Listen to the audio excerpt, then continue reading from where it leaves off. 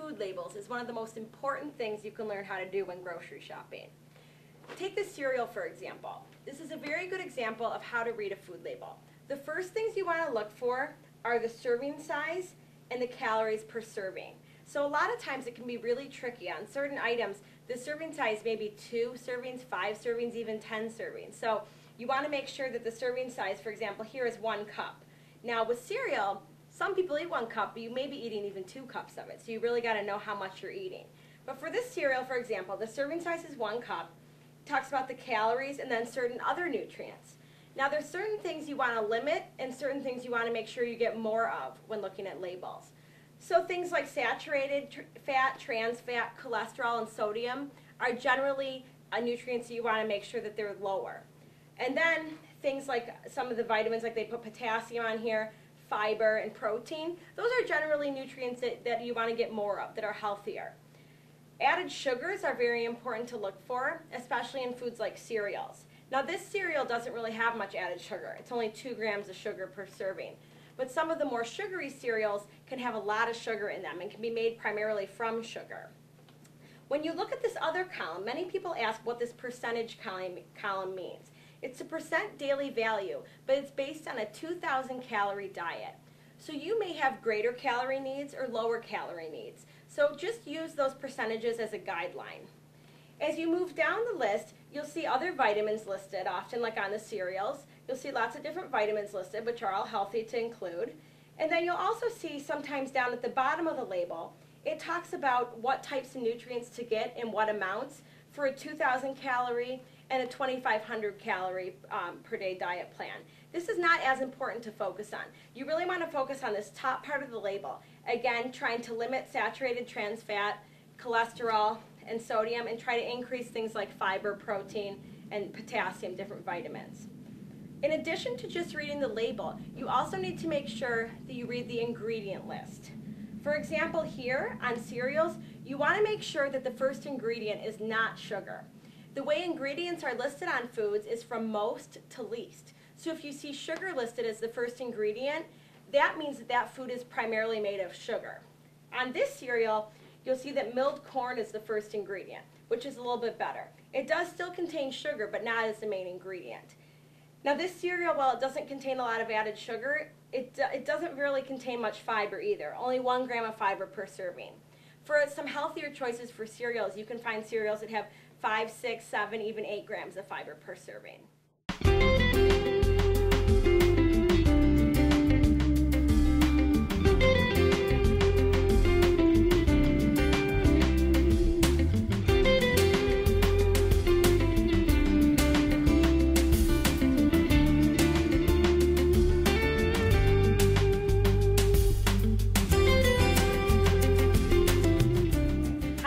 Welcome to my kitchen.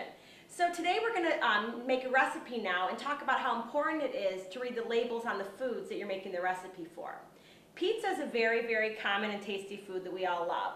But if you look at a lot of the frozen pizzas in the grocery store, when you look at the back of that box, a lot of times the serving size is 1/8 of a pizza, 1/3 of a pizza, 1/6 of a pizza, and oftentimes we're eating way more than that. So we're going to go through how to make a barbecue chicken pizza today at home that actually only has 340 calories for the whole pizza and 5 grams of fat. Okay? The first thing we're going to do is we have 2 tablespoons of barbecue sauce here and 3 ounces of cooked chicken. We're going to mix the chicken. It's pre-cooked. I did this ahead of time, just in a non-stick pan with some cooking spray.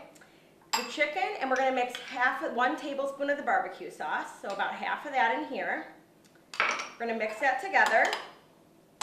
Okay, set that over here. Now we're going to use the rest of the barbecue sauce like it would be a pizza sauce on this whole wheat tortilla. Now this tortilla is a tortilla or pita bread, you can call it either one.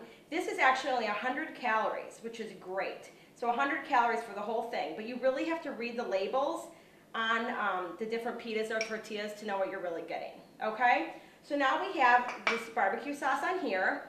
We're going to add this cheese, which is 1/3 cup of part skim mozzarella. So part skim mozzarella only has about 5 or 6 grams per serving of fat versus most cheeses, which are 9 or 10. So this is a little bit better. So this is plenty of cheese for this. You see, I almost didn't even need to use it all. Next, we're gonna add that chicken that we already have here with the barbecue sauce. We're gonna put that on here. You can see this looks real tasty. This is a lot of food for one small pizza that's only 340 calories. And next what we're gonna do is we're gonna take 1.5 tablespoons of chopped onion, red onion, and we're gonna sprinkle that on here, like so. And we have our oven already preheating, which is the first thing we do, so the oven's already preheating. And on the recipe for this week, you'll see that's step number 1. And what we're gonna do now is we're gonna put this in the oven. When it comes out, we're gonna top it with a teaspoon of fresh cilantro. Now, if you don't like cilantro, I know it's an acquired taste, some people don't like it, you can just leave it off. But if you do like it, it really adds to the pizza. So here we go, we're ready to put this in the oven for 10 to 12 minutes.